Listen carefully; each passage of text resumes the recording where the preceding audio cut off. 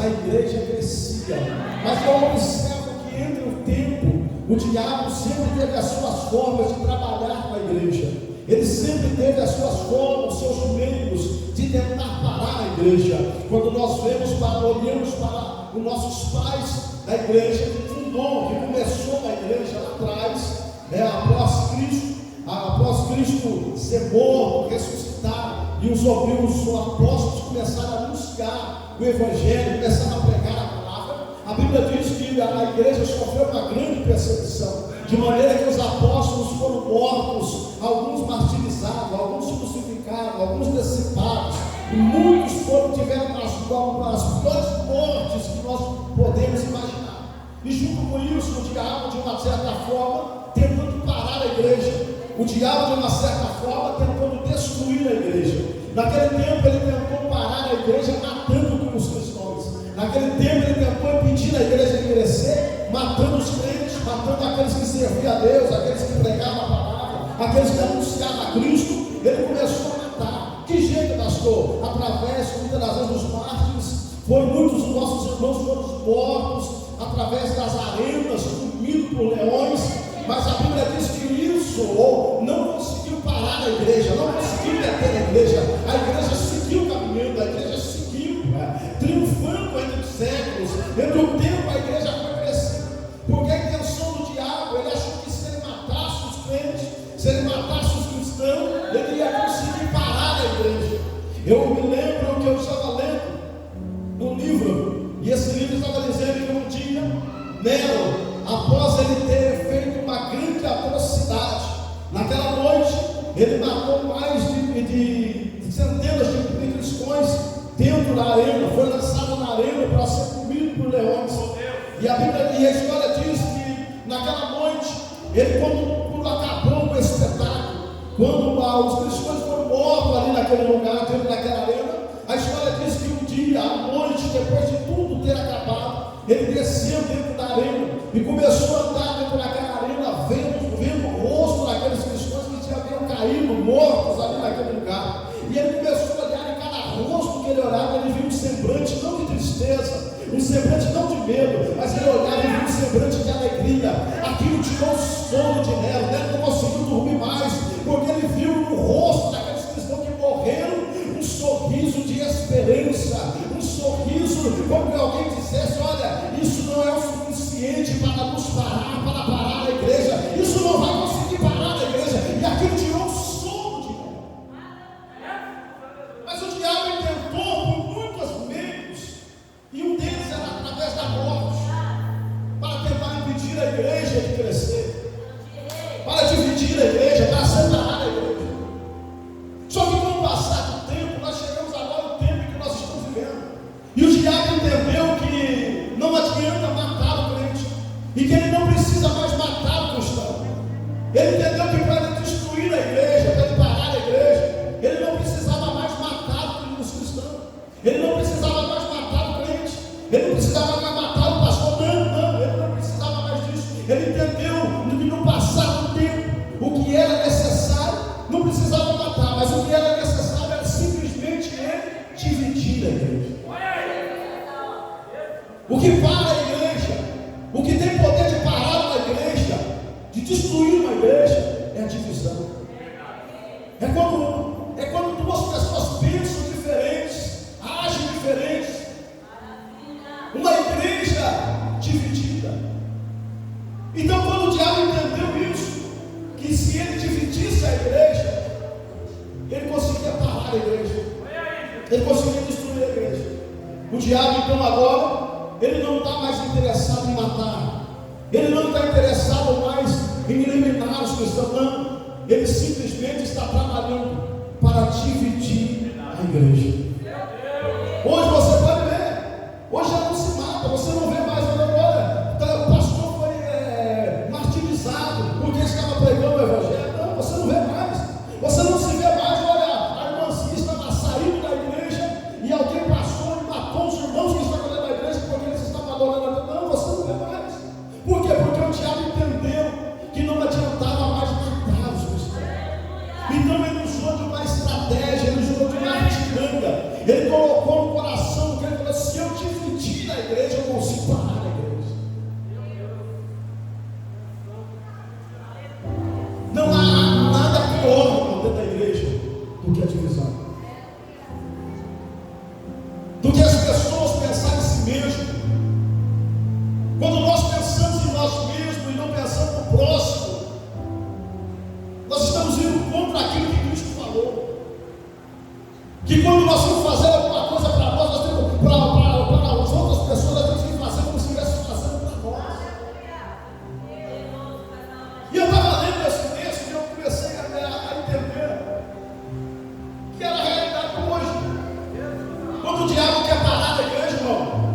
diabo começa a colocar divisão dentro da igreja. Os membros já não concordam mais com os pastores. Os jovens já não concordam mais com os seus líderes. As irmãs já não concordam mais com as suas líderes. E assim vai ser dividido. E assim vai haver espaço para o diabo entrar e atrapalhar aquilo que Deus tem.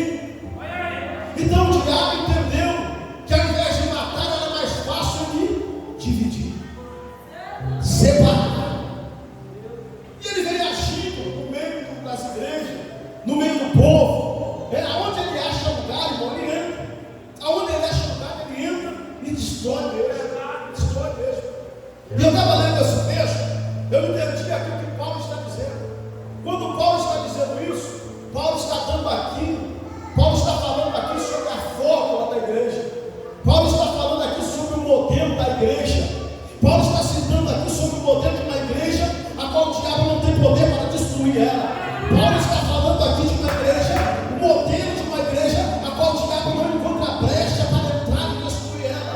Quando Paulo está dizendo que somos todos membros de um só corpo, Paulo está dizendo que nós devemos cada um cuidar do outro.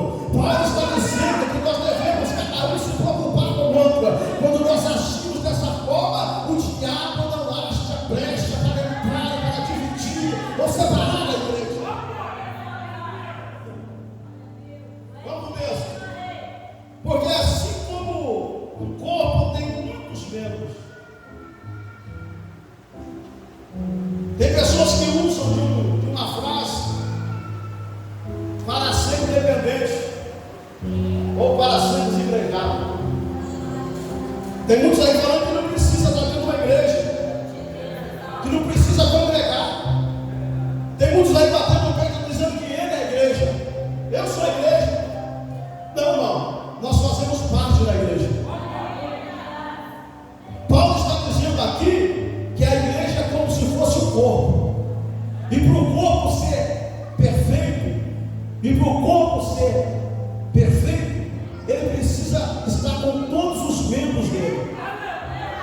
Então, se eu estiver fora do corpo, eu não sou a igreja. Se eu estiver separado do corpo, eu não sou a igreja. Posso ser membro, mas não igreja. Eu só sou igreja quando eu estou ligado no corpo. Paulo vai descrever isso. Paulo está dizendo aqui que somos todos como um corpo, tem muitos membros, assim também somos nós. Mas todos nós somos membros de um só corpo. Entenda a profundidade disso aqui. Você pode ter o menor membro do seu corpo. Tira o dedinho mindinho aqui, esse menor dedinho, esse menor aqui, ó.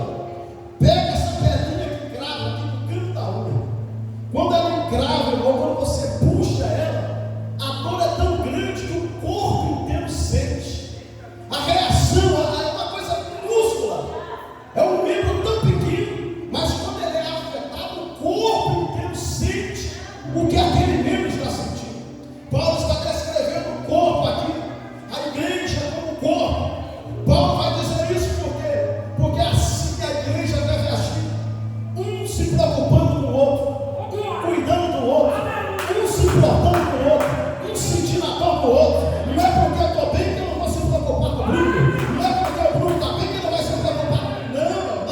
Por mais pequeno que seja o membro, mas se ele não estiver bem, a igreja inteira, o membro inteiro, o corpo inteiro tem que sentir isso. Por mais pequeno que seja o membro. Outra coisa interessante,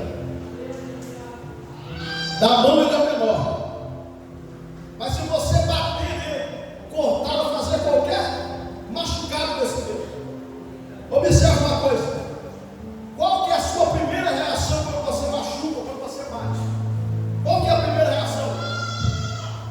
Com a outra mão você colocar a mão sobre a ferida, esfregar, tentar amenizar a dor. Com a outra mão você vai tentar amenizar a dor que essa mão está sentindo.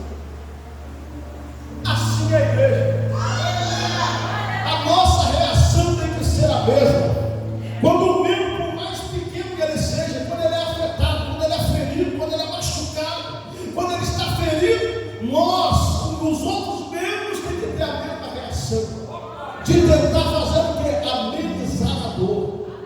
E hoje, irmão, eu não falo da igreja aqui, pastor. Não falo da igreja aqui. Eu falo da igreja no modo geral. Hoje nós vivemos uma sociedade em que muitos estão preocupados só consigo mesmo. Se eu tenho, eu não quero saber se o Bruno tem. Se eu estou comendo, eu não quero saber se meu irmão da direita está comendo. Se eu estou vestido, eu não quero saber se meu irmão de trás está vestido. Não. Hoje nós vivemos no mundo a qual muitas pessoas estão vivendo para si mesmo. Não se preocupa mais com o seu próximo, não se preocupa mais com os vizinhos, não se preocupa mais com quem está ao seu redor. Às vezes faz igual a passagem do bom samaritano, o camarada está caído. A gente tem poder de passar, estender a mão, colocar em pé, ajudar, mas muitas vezes nós estamos passando de largo para não ajudar, para não estender a mão. Estamos esquecendo de fazer o papel da igreja, que é estender a mão e ajudar.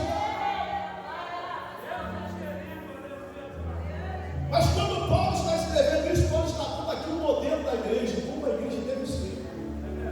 E quando eu fico olhando isso aqui, eu fico olhando a propriedade que Paulo escreveu isso.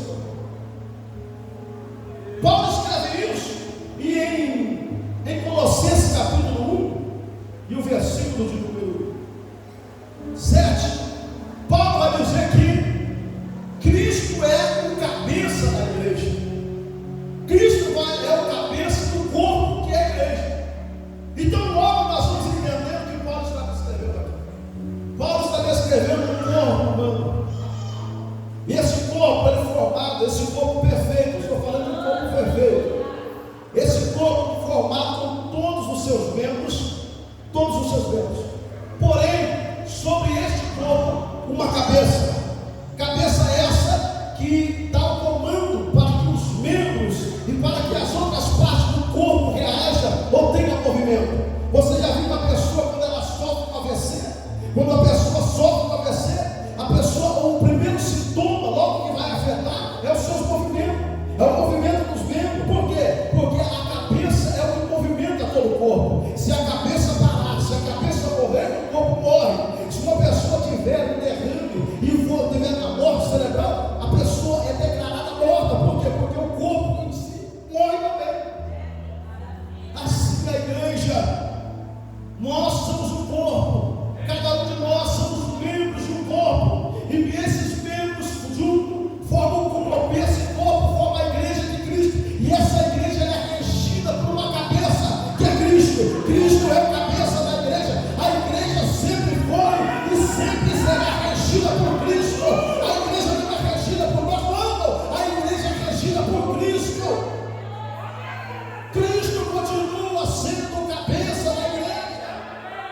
É Ele que rege a minha vida, é Ele que rege a sua vida. É por isso que nós não podemos querer ter domínio próprio. É por isso que nós não queremos ter reações, não queremos fazer o que nós queremos, não. Nós somos regidos pela cabeça que é Cristo. O meu braço só ergue porque a minha cabeça deu comando para ele levantar. A minha perna só levanta porque a cabeça deu comando para ele levantar. Assim também é a igreja só marcha, a igreja só triunfa enquanto Cristo é a cabeça dela e vai dando ordem para ela marchar.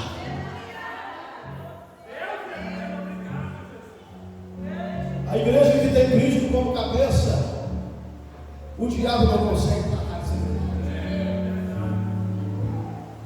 Mas o interessante é que Paulo está dizendo, irmão, que como esses membros, eu fico pensando uma coisa aqui. O membro, ele só funciona, ele só tem movimento quando ele está ligado no corpo. Se você amputar o dedo e arrancar ele fora do corpo, esse dedo ele vai morrer, ele vai perder a vida, não vai ter vida, não vai ter reação. Assim também somos nós, quando nós somos separados da igreja. É por isso que às vezes, irmão, uma pessoa está dentro da igreja e acontece alguma coisa, ele sai da igreja e logo alguém vai dizer: fulano está morto espiritualmente. Porque é a mesma coisa que você arrancar um membro do corpo. Esse membro não vai conseguir sobreviver fora do corpo. Assim também somos nós. Nós só sobrevivemos quando nós estamos ligados no fogo. E quando nós estamos ligados no corpo, nós temos vida. E quando nós temos vida, nós temos ela com abundância, porque foi assim que Cristo nos prometeu. Esse dia eu estava conversando com um amigo, e faz tempo que eu não via ele. E ele estava me contando, quando eu vi até assustei, porque faltava os dedos do pé. E eu estava conversando com ele, e ele conversando, falando para mim o que havia acontecido. E eu fiquei imaginando, porque ele tem diabetes, e ele fez uma pequena ferida no dedo, uma ferida minúscula no dedo. E ele não cuidou daquela ferida. Ele achou que era algo significante, ele não cuidou, caiu um pedaço do piso no pé dele e fez uma ferida. Coisa simples, coisa que no máximo 3 dias estaria cicatrizado. Isso de uma pessoa num corpo normal, num corpo sadio. E quando aconteceu isso, ele não se preocupou. E passou-se os dias e começou a infeccionar. E ele assim também não ligou, falou: não, isso aí logo vai passar. É um machucado pequeno, é simples, é uma coisa significante. E ele foi deixando. Num certo dia ele acordou e ele olhou e observou que o dedo havia ficado preto. O dedo havia perdido a cor. Aí ele se assustou e foi procurar o médico. Quando ele chegou, o médico examinou, fez o exame e disse para ele o seguinte: olha, infelizmente, esse membro você perdeu. Infelizmente não tem o que fazer, esse membro está morto. Ele simplesmente está aí por estar, mas ele está morto. Ele está aí no lugar, você olha, parece que ele está normal, mas ele está morto. Não tem mais o que fazer. Se você deixar com o tempo, você vai ver que ele vai começar a apodrecer, vai começar a cheirar mal, porque ele está morto. E o médico então disse para ele: olha, o que tem que ser feito aqui é amputar, vai ter que tirar fora, porque ele está morto. Conclusão: tiraram, cortou o dedo dele fora. Nós somos assim. Cada um de nós somos membros de um só corpo. Mas esses membros, irmão, que somos nós, necessitam de cuidados também. Você precisa se cuidar. Como membro, você precisa estar sadio para que o corpo possa ter as suas funções perfeitas. Como membro, eu tenho que estar sadio. E não só olhando para mim, mas também me preocupando com aqueles que estão ao meu lado. Porque o que nós temos que entender, eu fico imaginando uma coisa, a pessoa assim, eu olhar para essa mão aqui e falar: eu tenho duas mãos, eu vou colocar essa no fogo. O corpo inteiro vai sentir a dor. O corpo inteiro vai ser prejudicado. É por isso que nós, como corpo só, a gente tem que cuidar do corpo. A igreja precisa cuidar do pastor, precisa cuidar da pastora, precisa cuidar dos obreiros. Os obreiros precisam cuidar de cada um de nós, precisamos cuidar do outro. Como membros preciosos desse corpo, nós devemos uns se preocupar.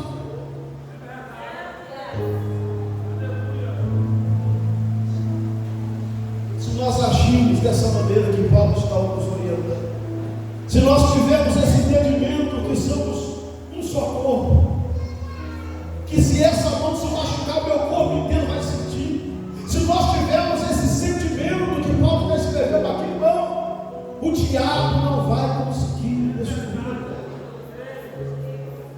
O diabo não vai conseguir parar a igreja. O diabo não vai conseguir separar a igreja. Não, jamais. Mas nós precisamos ter esse sentimento que Paulo está descrevendo. Nós precisamos entender e ter a igreja, ver a igreja com essa visão que Paulo está nos escrevendo aqui. É um membro cuidando do outro.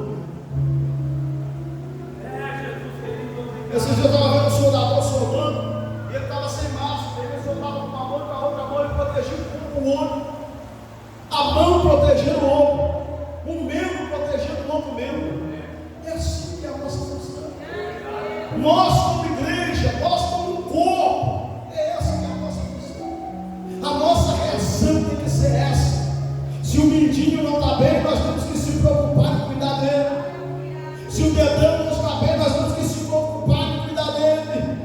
E jamais abrir brecha para que a igreja, para que o diabo venha separar e destruir a igreja. Os membros, todos no lugar, todos os membros juntos, formam o corpo. E o corpo em si, a igreja de Cristo. Você é a igreja de Cristo.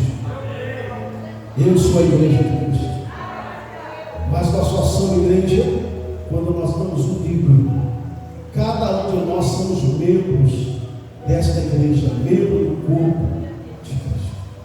Entenda isso. E não permita jamais que o diabo venha querer colocar na sua mente que você consegue sobreviver sozinho, que você consegue simplesmente congregar sozinho, que você consegue simplesmente adorar sozinho. Não. Nós precisamos se unir. A igreja precisa estar unida, juntos para formar o corpo de Cristo, e assim adorar a Deus e ter Ele como cabeça da igreja. Se você tiver esse pensamento, o diabo não vai conseguir destruir a sua vida. Se você tiver esse pensamento, o diabo não vai conseguir destruir quem está do seu lado. Olha para a pessoa que está do seu lado e diga assim: conta comigo. Fala isso, conta comigo, porque eu conto com você.